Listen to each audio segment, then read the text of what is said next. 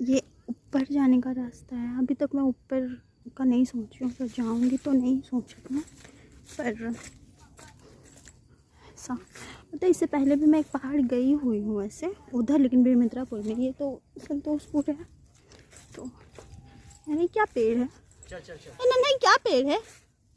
देखिए आंवला है कि नहीं नहीं नहीं है। अबे सब अरे वो वाला है, वो उसको क्या बोलते हैं इसको, तो पापा को दिखाएंगे।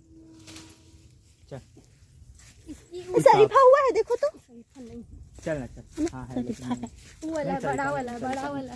सीताफल। नहीं वो भी नहीं होगा। फिर हम लोग जा रहे हैं रिटर्न। चल बोल दी फोन करके नहीं आने। वो लोग नहीं सक रहा वैसे भी जाने। कहाँ रखेगा पागल है? देखे तो ये वाला बिट्टी, ये वाला का फल है ना? अबे वो जहरीला वाला है, रंग बिरंगा होता है। हो गया छोटी, चल देखो कुछ तो है ये। गाली सुनेंगे, पुखारी को सुनाएंगे। गाली तो कोई नहीं देगा। दीदी मेरे को मना करी।